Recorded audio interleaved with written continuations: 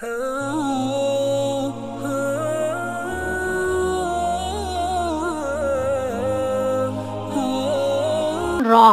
But the stressors have increased.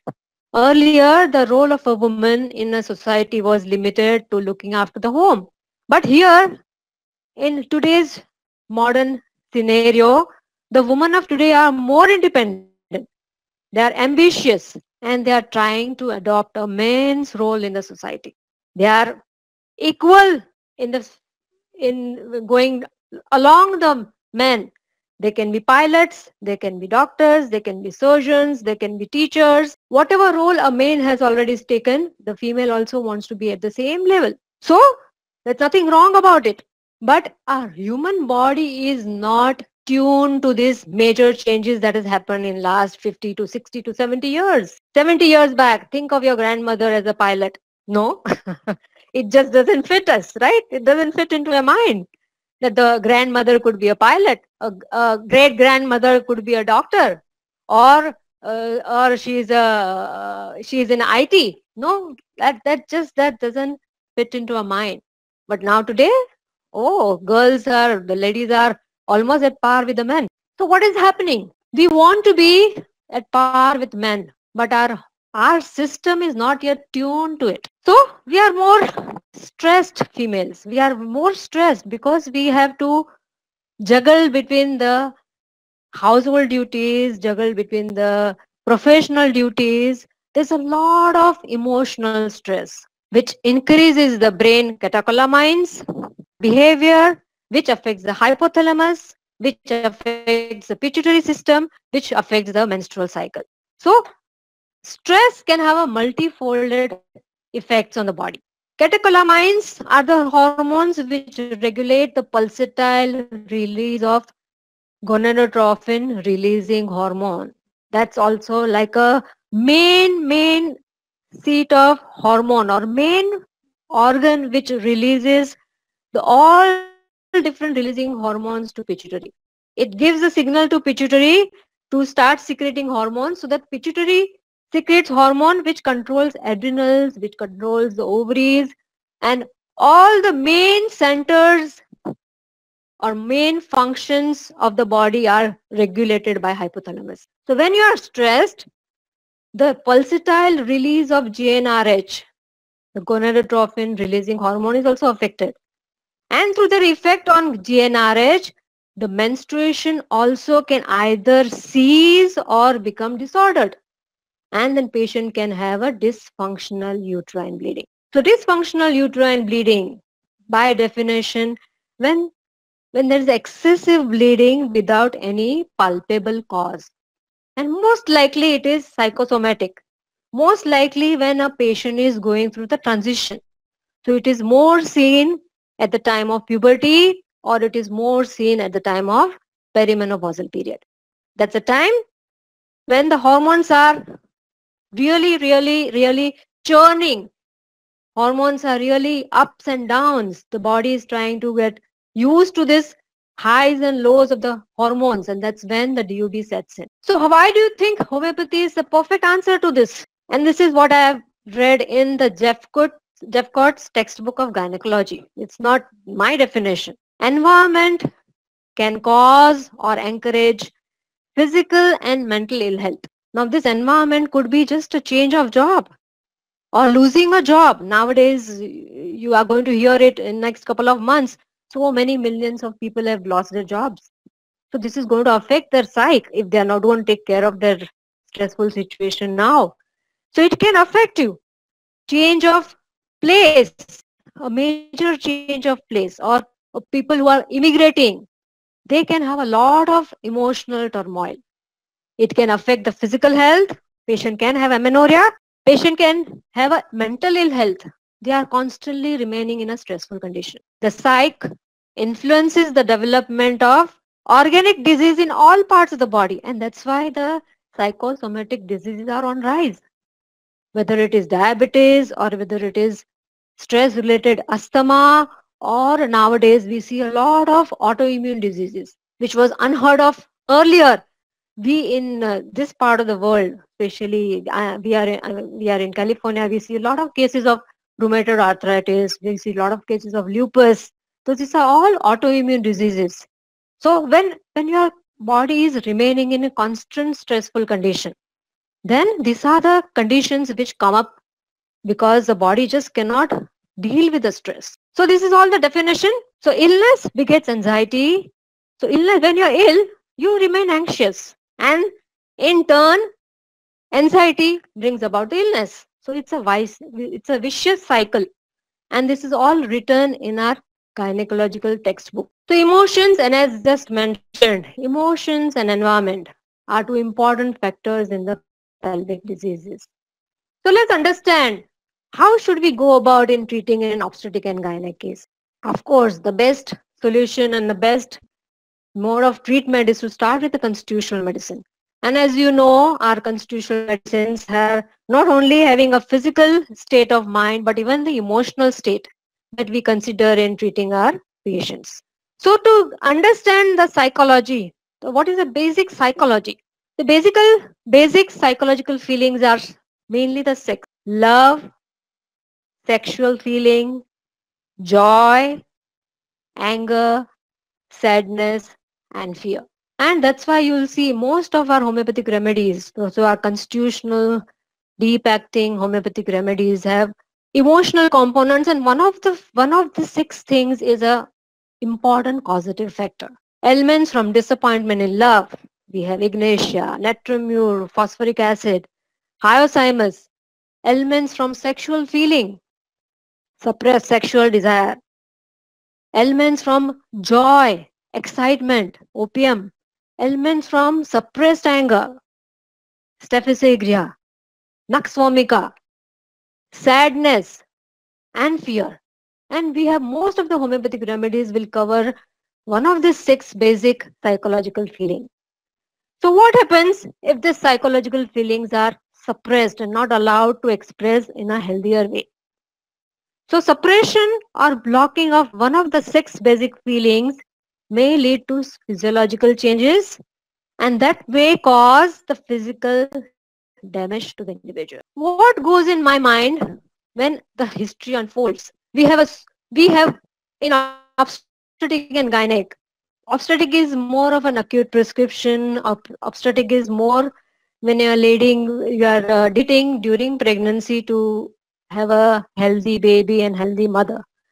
But the challenging cases are more of a gynecological cases. They are very, very complex cases. And the causative factors can be multifactorial.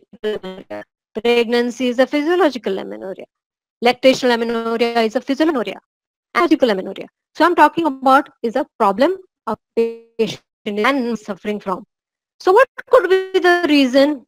The amenorrhea, the end result is absence of menstruation. It's not a disease. But the causative factor is very, very high up. If the hypothalamic, pituitary, ovarian axis is not functioning well, then patient can have amenorrhea. So what could be the reason why the hypothalamus functions in an abrupt way, or why the hypothalamus is not functioning well? Pituitary gland, which enlarges and secretes a lot of prolactin hormone, that also can affect the amenorrhea. It can bring about amenorrhea. And in that case, if she has a prolactin secreting tumor in the pituitary. So that can also affect amenorrhea. What could be the ovarian cause giving rise to amenorrhea? Either there is underproduction of estrogen progesterone, which are the female hormones, there is an overproduction of estrogen and progesterone. Something like a luteal cyst, which is constantly secreting estrogen and progesterone. So all that see, remember, for the menstruation to happen, these hormones have to come down. There's a cyclical rise in estrogen, and after the ovulation, the progesterone also kicks in. And when this estrogen and progesterone levels drop, that useful, as Gaurang just mentioned some time back, is folliculinum. As I was just telling that I was going to describe folliculinum, and maybe in future lecture series we can discuss some of the cases. But today it's not the time to discuss a lot of cases, because I just want to give you a little hint about how to deal with an obstetric and gynec case. So as Gaurang said, folliculum is a good drug which is prepared from the synthetic estrogen. is fairly known for its symptoms from ovulation to menses. So this is a drug which is to be used in the post-ovulatory phase. Or let me just correct, it's a drug which has a symptoms between ovulation and menstruation. And it's a mixture, as Gaurang was also mentioning, it's a mixture of lot of remedies. So when you read this drug, you feel, oh, so many female drugs are sort of mixed in polyclinum. Again, all symptoms aggravated from ovulation to menses. All symptoms are relieved by menses except for the specific menstrual symptoms. Something like lachesis, something like zincum, when all the symptoms are better with the start of menses. They are very, very hypersensitive, sensitive to heat, sensitive to noise, sensitive to touch. They are better in the fresh air, like pulsatilla. So I'll just remembered one case of pulsatilla, maybe later on I can discuss. So better from fresh air, all sorts of pains are there. Drawing, burning, griping. It's also a good drug for spotting in the premenstrual period. And I've specifically found this drug very, very useful when there's a corpus luteal deficiency. So in the second half of the menstrual cycle, usually the secretion of progesterone is enough so that post-ovulatory phase remains for 14 days. But in some patients, there is a little drop in progesterone levels just before the period. And that's why these patients start spotting. So this is a very good important indication for corpus luteal deficiency, which I've used in my practice. And one of the very, very important remedy is folliculinum. And as you read, the last line says it's a wonderful drug for ovarian cyst.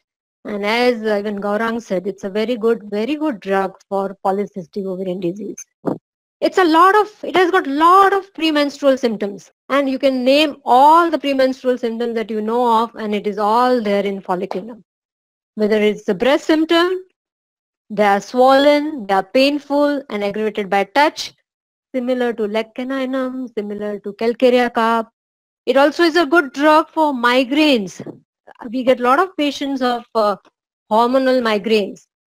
One of the other important remedy apart from natromure is sulfur and definitely the folliculinum. Nausea and vomiting before menses, Bovista, Pulsatilla, Veratrum, diarrhea alternating with constipation, both Pulsatilla. So I remember one good, if we have time, I can just tell you in a little short. I had a case of a patient with bad obstetric history. She had conceived once, of course with the help of fertile, and that pregnancy resulted in missed abortion, and she had a DNC done. And after that, she had a failure to conceive. And of course, when I say it was conceived with fertile, it should immediately come to your mind that yes, maybe she had a problem with anovulation. And she was a case of polycystic ovarian disease, and she was also diagnosed with corpus luteal deficiency. So she had the chief complaint was spotting, premenstrual spotting and postmenstrual spotting. And this patient, I started with pulsatilla because she had all the symptoms of pulsatilla. So that's what I'm telling about in folliculinum. You see a mixture of lachesis, mixture of leccaninum, mixture of calcarea, mixture of pulsatilla and natromure. All the female drugs. Some of the other symptoms are there in folliculinum. So I had started with the pulsatilla. She was much better. She had a lot of mental issues. She was depressed. She had a frustration. I don't recollect the exact history, but I remember I had started with pulsatilla. She was much better, but after second month of starting with pulsatilla, I thought, why not start with folliculinum? And usually I give folliculinum in infertile patient from 5th day of the menses to 15th day of the menses, just before the aggravation of the folliculinum period. That is post-ovulation to menstruation. So I had started with folliculinum, and in 2 cycles of folliculinum, and 3rd cycle she conceived, and finally she delivered a twin delivery. She had a twin babies. So I remember I had started with pulsatilla She was responding well, but not to my satisfaction. And then I had to go for folliculinum. But of course, in that patient, I remember I used low potency of folliculinum 30. So it has got diarrhea 10 days before menses and sexual symptoms either high libido or very low libido. The mental symptoms in the premenstrual phase again would be all that you can think of. The mixture of again VP and depressed, pulsatilla, hyperactive, platina, indecisive, pulsatilla, panic attacks, natromure, huge mood swings from aggression to apathy, and unable to tolerate the noise, touch, or heat. Menstrual problems are also all different types of menstrual complaints. Painful period, prolonged or heavy bleeding, bright red bleeding with dark red clots, all sorts of cyclical problems, either too short, too long, or none at all, amenorrhea. So all that falls into the picture of folliculinum. So what do I do? So this was about the folliculinum. So again, coming back to what would I do if it's a case of menorrhagia? So we discussed about amenorrhea, about the hypothalamic pituitary ovarian axis. And now if the problem is menorrhagia, which is again a very, very common gynecological problem. Organ which is giving rise to menorrhagia is uterus. But of course, the bigger seated problem could be hypothalamus. If she's chronically anxious, chronically stressed, or there is suppression of one of the basic psychological fears or feelings, she is going to remain in a stressful condition. That can also bring about the chronic congestion in the pelvic region, and she could have one presentation of menorrhagia. So menorrhagia per se is not a disease, it's a symptom. Amenorrhea is not a disease, it's a symptom. Dysmenorrhea is not a disease, but it's just a symptom. And what is it a symptom of? It could be a symptom of various causes in gynecology. It could be a pelvic inflammatory disease. It could be a result of fibroids. It could be a psychosomatic disorder, chronic stress. It could be a manifestation of a bleeding tendency. It could be a late stage of malignancy. It could be a uterine cancer. It could be an ovarian cyst. It could be a simple local irritation like an copper-T. So these are the various causes of menorrhagia. Now, without knowing what is the cause, do you think you can treat a case of menorrhagia? The drug that are you going to use in PID may be a different drug that you use in a fibroid. A drug that you use for after copper-T insertion if she has a bleeding PV, the drug is different than the drug that you're going to use when there's a bleeding tendency. When you know the patient has a bleeding tendency, then you are going to think of a drug which has going to work on capillaries, which is going to work on platelets. It could be lachesis, it could be crocus, or it could be just a simple arnica in a case of a copper-T insertion and she has a bleeding. So again, you are lost there. So how do I go about treating a case of menorrhagia? Determine the miasmatic diagnosis of a condition. That's the best way of going ahead. And that's how I like to do it in when I used to teach therapeutics or when I see a patient in a clinic. What is the miasmatic strongest feature of this particular patient? And try to fit in the conditions into a different miasmatic conditions. Like, is it a psoric menorrhagia? Is it a psychotic menorrhagia? Is it a tubercular or it's a syphilitic? And the drugs will also differ. So if it's a psoric menorrhagia, the problems are more superficial. It could be just a local trauma. It's just be a case of post copper-T insertion. She has a bleeding. You can think of drugs like arnica or don't give Cilicia. Sometimes I've seen Cilicia can throw away the foreign bodies that is there. You know, you don't want that copper-T patients to have coming to you after a few days. Oh, doctor, you put in a copper-T, but see with the heavy bleeding, I got the copper-T out. So avoid using Cilicia. But yes, arnica. Is it a psychosomatic? Is she going through a lot of stress? Go through a mental history and find out if that's a constitutional picture and if it's a perfect match for that patient. Definitely drugs could be psoric like sulfur, like ammon carb, like bovista, like mag carb, or Kalikap or an Atromio. These are all the psoriatic remedies that you can think of. If it's an acute infection, a patient of acute endometritis or acute salpingitis or acute ophoritis, and she comes with the bleeding, then you have all the acute remedies for inflammation. And that's again starts with belladonna or a rustox, or it's a case of uh, apis or a bryonia. These are all the wonderful remedies for acute inflammation, can be anywhere in the body. It could be in the joint, it could be in the uterus, it could be in the lungs, it could be on the skin. So these are the wonderful remedies for acute infection. Find out why this patient has menorrhagia, whether she has a fibroid of the uterus. Then the drugs are different. You can look up the repertory. Metorrhagia from fibroids, or you look up in a female chapter, tumors uterine and menorrhagia from. So these are the specific drugs are mentioned for menorrhagia from fibroids. It could be Calcarea cup, it could be Calcarea fos, it could be Medurinum, it could be Cilicia, it could be Lycopodium. There are various drugs which are near specific for uterine fibroids. Is it a case of chronic PID? There's a lot of pelvic inflammation in chronic PID. It could be following gonorrhea, it could be following an abortion. Then you can think of drugs like Cicalcor, Sabina as acute remedy, or in a chronic stage, Medorinum is sort of a near specific for chronic PID. There are very specific PV findings are mentioned of Medorinum.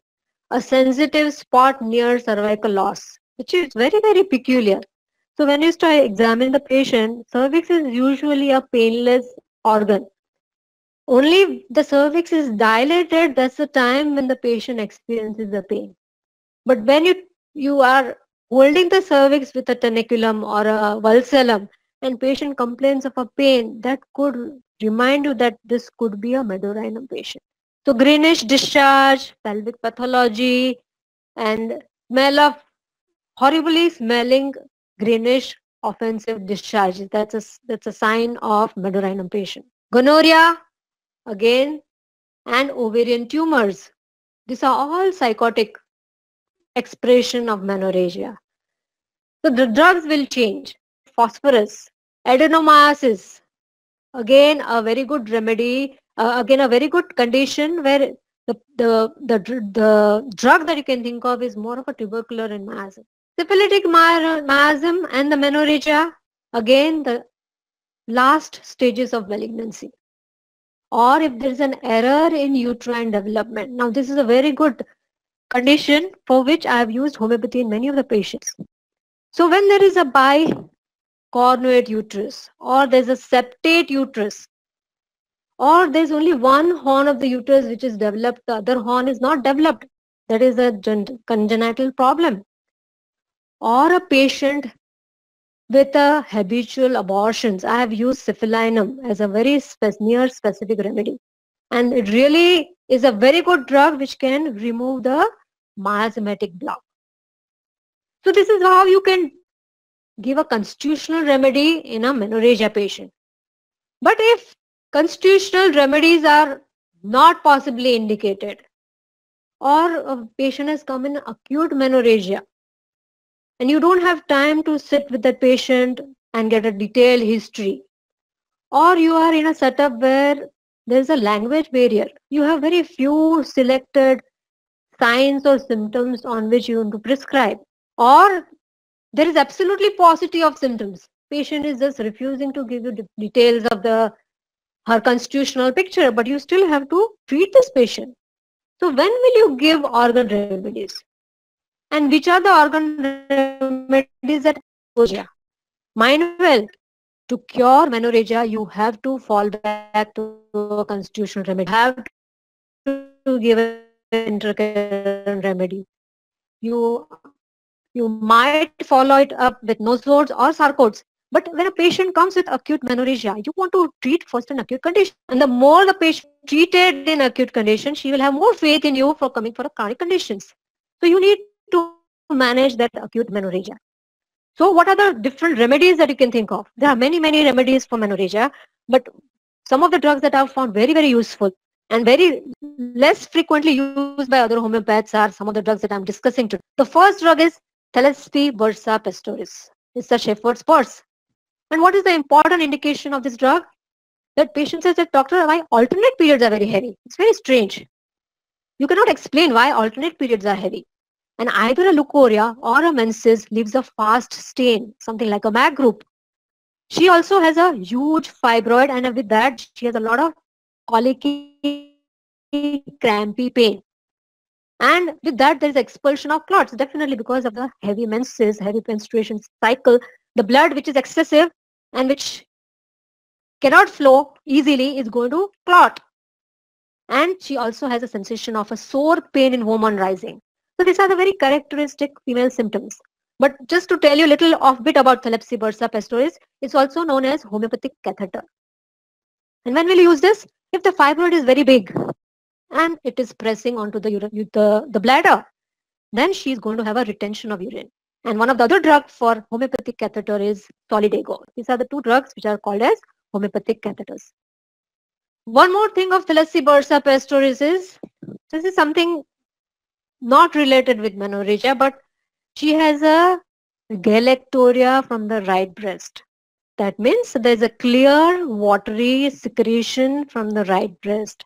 So maybe you can think of fibroid and also having a problem with high levels of prolactin. Sometimes the prolactin levels, they are very high, and that brings about galactorrhea in these patients.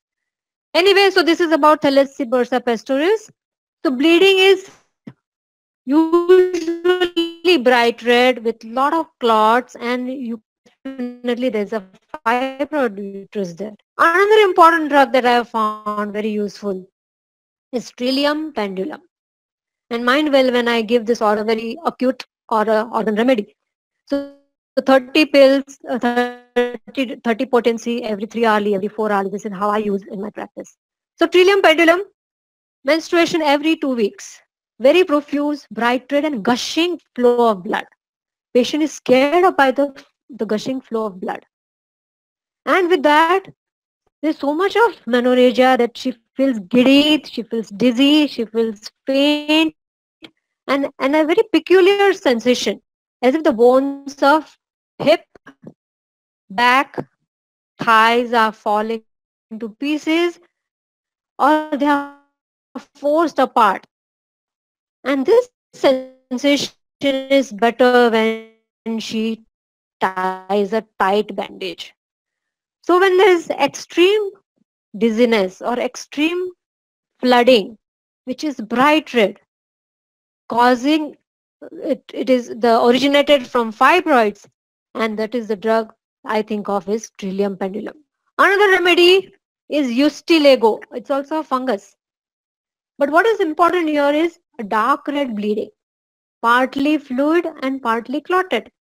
Does that remind you of any other drug? Belladonna is also partly fluid and partly clotted. But belladonna is hot blood, and belladonna is very congested, very irritable, very violent. And belladonna has a sudden shooting pains. These are the pains of belladonna are sudden in onset, sudden in aggression. Another important drug is Sabina, partly fluid and partly clotted. So how is it different from Eustilago? Sabina is usually the bright red bleeding with dark red clots, while Eustilago is dark red, which is half liquid and half clotted. Both are aggravated from slightest provocation. Both are good drug for fibroid uterus. But Sabina is when the uterus is not very bulky, but in Eustilago it's a bulky uterus, and Eustilago is also used for post-delivery hemorrhages when the uterus is bulky and patient is still getting a lot of hemorrhages. Sabina is also like a homeopathic curate. Instead of using a curate to remove the products of conception or to use a curate to remove that excessive endometrial lining, you can use Sabina. Eustilago, it's a good drug for climacteric as well as hemorrhages after abortion. When the cervix is spongy, uterus is bulky, and It is subinvoluted uterus. So hypertrophy of the uterus, cervix is spongy, and dark red bleeding with dark red clots from least motion is Yesterilago. Another drug which is aggravated from least motion, millefolium. But how will you differentiate millefolium from Yesterilago? Millefolium, the hemorrhages are bright red because the effect of millefolium is seen on capillaries. It's the one which controls the hemorrhages because of the overflooding of capillaries, or when the capillaries are highly flushed or they are engorged and the bleeding is because of the capillary is a causative factor, then you can think of millefolium. Another important thing of millefolium is it's a painless hemorrhage. Patient is bleeding. If you have seen कुछ कुछ होता है, I think so, yeah, where Rani Mukherjee is dying, and but she is very conscious. She's having bleeding. She has a postpartum hemorrhage. She's dying, but she's conscious. She's absolutely without anxiety. That's a millefolium. Bleeding without any uh, anxiety. If there's a lot of anxiety, belladonna, aconite could be thought of. Another drug, which is again a small remedy, Vinca minor. I've used in very few cases, but when there's a specific polyps, usually patients around menopause, perimenopause patient, they have metrorrhagia, that is bleeding between the two menstrual cycles. So if there's a case of metrorrhagia and she comes with a diagnosis, doctor, my gynecologist did my hysteroscopy and she found multiple polyps in the uterus, multiple polyps in the cervix, then that's the time I think of Vinca Myra. So that's for uterine cervical polyps, continuous hemorrhage. Another drug for polyps, of course, is medorinum as a constitutional drug, puja as a constitutional drug, but even lidum is a good drug for polyps in the genital region. Another specific or rare drugs that I've used very few times, cinnamomum. It's a common kitchen ingredient, but it is used when nothing works, bright red bleeding with mental excitement. But when nothing works, but slightest motion and the patient starts flooding, that's when nothing works, I think of cinnamon. Erigeron, bright red bleeding with tenesmus of bladder and rectum. There's a constant urge to pass urine. And this is like a homeopathic hemostat. What is a homeopathic hemostat? A hemostat is an instrument which controls the bleeding. It's like an artery forceps. So the erigeron is sort of a homeopathic hemostat. It can control the bleeding. Sabina can control the tonicity of the blood vessels. Sicalcor can work on the smooth muscle fibers and brings about stoppage of bleeding. So you should know what is the basic pathology, how it brings about reduction in bleeding. So erigeron is when there is again bleeding from least motion. Most of these drugs, Sabina, Yesterilago, all millefolium, all have aggravation from least motion. But this drug is bright red bleeding with tenesmus of bladder and rectum. Next drug is again a common drug, hemamylase. It's a good drug for venous congestions. It's like Sicalcor, it has venous affinity. Like Carbovage, venous affinity. Passive, painless venous hemorrhage and soreness of the uterus or the parts on which it flows will sore. Whether it is hemorrhoids, it's a piles, whether it is uterine hemorrhage or varicose veins of the vulval region, hemamylase is a very, very good drug. But what is important here is menses only during the daytime. There are many drugs like pulsatilla, like causticum, like coffea, where the bleeding is only during the daytime. But we have the opposite symptom also in some of the drugs. Menses only during night time. Bovista, MAC group, Amon group, these have menses only during night. So this is how is my approach. It's an obstetric and gynec case, good history, then you are lucky. Then the remedy is pretty clear. You give a constitutional remedy followed by intercurrent, followed by anti-miasmatic drug, and you can cure the patient. If there is a paucity of symptoms, then how do you go about it? You can prescribe on ailments from, you can prescribe on signs and symptoms. You can prescribe on pathology. You can prescribe on examination findings. As I was talking earlier in my lecture, there's a lot of wealth of information given in so many books of Materia Medica. They were all doctors in 1900. I'm fortunate to be in a place where Boric was having his hospital, very close to where we live. So they have wealth of information which is written down in the books. So when I used to see a patient, I used to find out whether do we have this symptom in Materia Medica.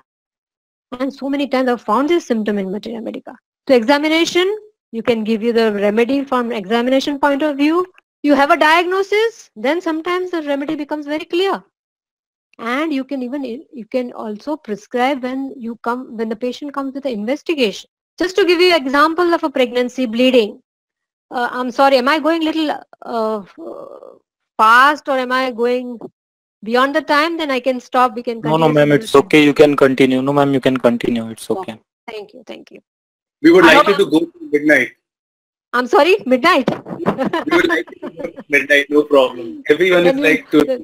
You'll be asleep then. The talk will go on and you'll be asleep then. So this is not college, ma'am. These are people who are very serious. They're very serious. I know. I see that difference. Yes, I see the difference. Anyway, Please so just to give you an example, I think few more slides and I'll be done.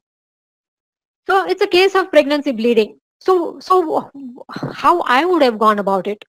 And as I was just mentioning, I was fortunate that I could examine the patients and I could make the diagnosis and give the right homeopathic remedy. So it's a case of pregnancy bleeding. She comes in early months of pregnancy. Just for example, say third month of pregnancy. She comes with the bleeding.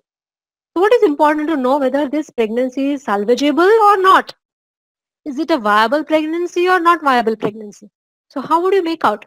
Where the God or the physiology gives you hints. If the cervical os is closed, then it's a chance it's a threatened abortion.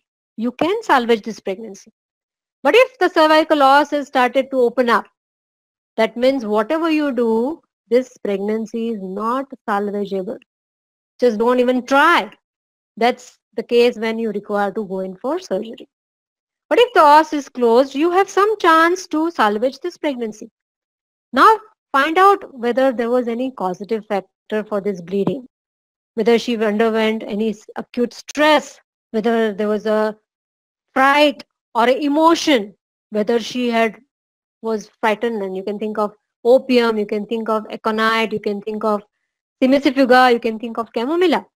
Or if she had any physical exertion, she fell down, she missed a step and the bleeding started, you have cinnamonum and arnica. You can also decide on the type of bleeding, as I was just describing. Bright red bleeding and clots, dark red bleeding and clots, painless bleeding, painful bleeding. And accordingly, you can think of a drug for that. So if it's a bright red bleeding, patient is very anxious, patient is running fever, or she looks very hot and flushed, then you can think of belladonna. If it is dark red and you feel the membrane is still intact, membrane is not yet ruptured, then the drug that I have found useful is Viburnum opulus. It's a very wonderful drug which can prevent abortion, especially in second or third month of pregnancy. When the membranes are intact, she's getting a severe colicky crampy pain coming from back to the front, going down to the anterior group of muscles in thigh. And that is when Viburnum will definitely work. Again, low potency, frequently repeat. So the two most important symptoms in gynecology. You just master pain and master bleeding. Most of the cases of gynecology can be treated well. So if there's a pain, try to find out how is the direction of pain. As I just mentioned about Viburnum, another important drug for third month abortion, Sabina, where pain is from back to front. Pain is like a labor-like pain, colicky, crampy pain. And she says that, doctor, only if I lie down flat with my legs extended, that's how I feel better. So think of Sabina. It's a very good drug for third month abortion. As I just mentioned, habitual abortions due to cervical incompetence, think of sepia. Habitual abortions with atony of the uterus, think of colophilum. Habitual abortions due to syphilitic infection. A patient says that every time she conceives and she aborts. and sometimes they study the content of abortus, and they find out if there is any congenital anomalies, there is a chromosomal anomaly, or if the uterus is septate, uterus is not grown well. One of the other specific remedy for preventing abortion is Ratania. And if she has a tendency for abortion because the uterus is infantile, uterus is not grown well, then you can think of a drug called Plumbum metallicum. So these are the different drugs that you can think of. On examination, if you find that the os is open, okay, this is not a homeopathic case, possibly she requires a surgery. If the os is closed, as we just mentioned, Tricholephyllum, Sabina, Belladonna, Viburnum opulus. If there is a cervicitis and there is a bleeding, it is not related to pregnancy at all. When you examine the patient just comes with bleeding PV. Doesn't mean that there's something is wrong only with the pregnancy. It could be a local problem. It could be a local cervicitis. There's a cervical infection. Then the drug will definitely change. You're not going to think of Viburnum opulus. You're not going to think of Sabina because the problem is very local. So in that time, you will think of creosote. You will think of nitric acid. You will think of a locally acting remedy, hydrastis, where there is a cervicitis, Calibicromicum. These are all the drugs for cervicitis. And rarely you will find that the malignancy of the cervix, she is pregnant with cervical malignancy. And she comes with a bleeding, you're thinking that it could be an obstetric bleeding, but turns out to be a cervical malignancy. Think of again drugs like carboanimalis, carboveg, creosote, arsenic. These are all the drugs for malignancy. So the bleeding is a presenting symptom, but you have to go to find out what exactly is the cause of bleeding. So examination is important because it defines the scope and limitation. You know when to interfere, you know when to take your hands off. It helps in diagnosis. Sometimes the gynec bleeding is taken as obstetric bleeding. Patient has come after 3 months of amenorrhea and she starts bleeding. Without doing a pregnancy test, you will not know whether it's a pregnancy-related hemorrhage or she had a 3 months of amenorrhea and it was a menstruation. Early malignancy can be detected if the patient is going for a regular checkups, or she comes with a bleeding PV and you find out, oh, there's a growth in the cervix. Maybe it's the malignancy. You take a biopsy and you confirm the diagnosis. Medico-legally, you would be safe, and it is always helpful in the research work. Now, this is also very important. Sometimes I give example when I teach about fibroids. Why examination is very, very important. Or even if you are not examining, you just find out from the patient's reports or from the gynecologist that their patient is going to. Where is the site of lesion? If it's a case of fibroid, whether the fibroid is on the uterus or inside the uterus. If the fibroid is a huge fibroid, if it is on the surface of the uterus, like a subserous fibroid, patient would be asymptomatic unless there's a pedicle and that pedicle goes into a torsion. But if it's a small fibroid, it could be just a 2 centimeter fibroid. If it is sitting into the uterine cavity, patient is going to have a lot of bleeding, patient is going to have a lot of pain. So the site of fibroid is important. So if it's a big fibroid sitting on the uterus, patient is 40, 45, asymptomatic, I said nothing doing. Just go ahead. You go into menopause, you're not going to have any problem. But if it's a 2 centimeter fibroid, she's in her 30s, is going to give her a problem. Because these fibroids are hormone dependent. They are dependent on estrogen. Till this patient is in a childbearing age group, till her body is going to secrete estrogen, this fibroid is going to grow. This fibroid is going to have a lot of blood supply around it. This is going to increase the surface area of the uterus. This is going to give her a problem. So the site and size of the fibroid is important. You have to try to find out what exactly is the pathology. Is it the endometriosis or it's an ovarian cyst? If it's a bleeding PV, as we just mentioned some time back, is it a cervical lesion? Is it an abortion? Is it a trauma? It's a malignancy, or it's a foreign body. So when you examine, you have a very clarity of the thoughts, clarity of the mind.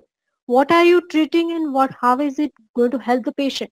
There are so many remedies, as I was mentioning, in Boric and so many other gynecological and obstetrical textbook of therapeutics. They are very specific per abdominal findings, per vaginal findings, and even per speculum findings. You'll be surprised. To just give an example, I think we'll call it a day today. It's a case of prolonged labor. To even observe labor and to give homeopathy in our hospital. Just to give an example, it's a patient of prolonged labor. She is in labor for almost now 12 hours, the primary patient. So when is belladonna indicated and when is gelsemium indicated? I'm not telling these are the only two drugs, but these are the two drugs with very specific examination finding, which is not my own, but it's all there in the books. So when you look for belladonna patient, if it's an elderly primary, then it's a belladonna remedy. It's a belladonna patient. If it's a multi-gravida, it could be a sickle core patient. So what is the presentation of a belladonna patient? She is an elderly primary. She's going through the pregnancy for the first time. She's highly anxious. She's flushed.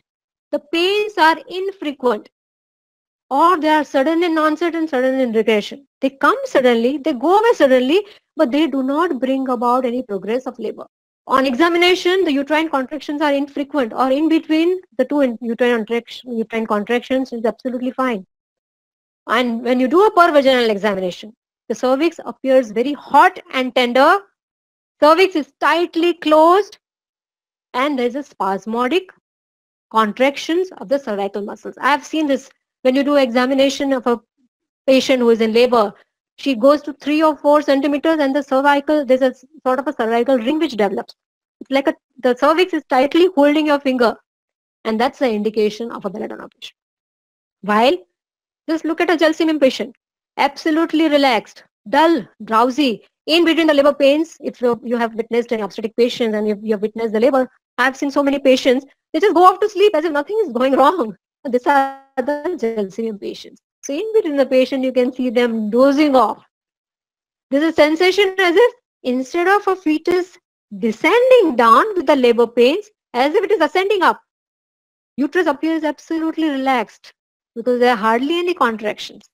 And when you do a pervaginal examination, cervix is either hard and unyielding, not allowing you to dilate the cervix, or it is like a soft, like a mud-like, very, very soft cervical lips. And membranes are bulging. You can see the membranes which are bulging, but there is no uterine contraction. So these are all the clinical tips which are there in our Materia Medica. We just have to search for it. Coming to the last 2 slides of our lecture today. So diagnosis can change your treatment. If it's an inevitable abortion, of course, you are going to go for dilatation and curettage. Whether it is a missed abortion, you are going to go for dilatation and curettage. But if it's a missed period, you are going to tell your patient to wait and watch. And the last thing is treatment on the basis of investigations. If the ultrasound shows it's a vanishing twins and patient is bleeding. Now what is vanishing twins? She has possibly multiple pregnancy. Nowadays you see a lot of patients with multiple pregnancy because of fertile, that's a fertomid, or it's a clomiphene citrate. That's a medicine which is given for hyperovulation. So a lot of patients come with multiple pregnancy. And uterus decides one fine day that the uterus cannot hold so many pregnancies, or the blood supply to one of the fetus is hampered, and that fetus starts disappearing. Fetus starts disappearing, there may be some amount of bleeding. On ultrasound, you realize that there is some sort of a bleeding, but the other fetus is fine. This fetus is sort of disappearing. What you need to do is just give arnica and wait and watch. Most of the time, nothing major will happen unless the uterus goes into contraction and wants to throw away that products of conception. So ultrasound is very important to know why there's a bleeding. What if it's a vesicular mole? Of course, the treatment will change when the homeopathic remedies will change. You'll think of Cantharis, you'll think of Sabina, you'll think of Natrum carb, you'll think of Cilicia. Those are the drugs for expelling the vesicular mole. What if it's a missed abortion? Ultrasound says, okay, pregnancy is supposed to be 12 weeks, but the fetus appears to be just developed till 8 weeks and there is no heartbeat seen. It means the abortion has been already done. It means the body has stopped allowing that fetus to grow and it has been missed. Of course, once the heartbeat is not there, the the fetal pole is slowly about to be disappearing, you know this patient, this pregnancy cannot be salvaged and you have to go for DNC. If the patient comes with septate uterus, I've recently had a case of septate uterus, and because of the septate uterus, she was having repeated abortions. She got a septoplasty done, and now she's hoping that with the septoplasty done, she can go through the full-term pregnancy. But just being a septate uterus is a syphilitic miasmatic expression. So I've given a dose of syphilinum and I'm hoping for the good results. And the last is whether the uterus is small. It is not a normal size uterus. If it is developmentally a very, very small uterus, it is not going to grow beyond a time. So for this condition, you can think of plumbum as a remedy.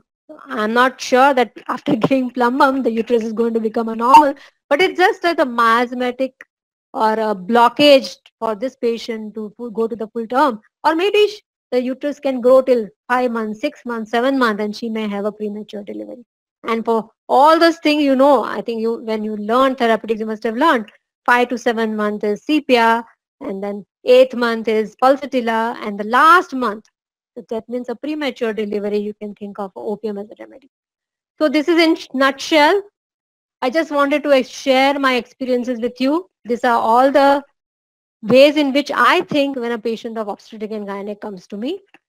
So I hope it is informative to you, and I'm really thankful for Gaurang to give me a chance to speak to you all. And maybe in future we can have more session. We can take up some interesting cases, some easy cases, just to give you confidence that yes, even pulsatilla and sepia and calcareca, all these remedies also really work in obstetric and gynec case. So thank you everybody.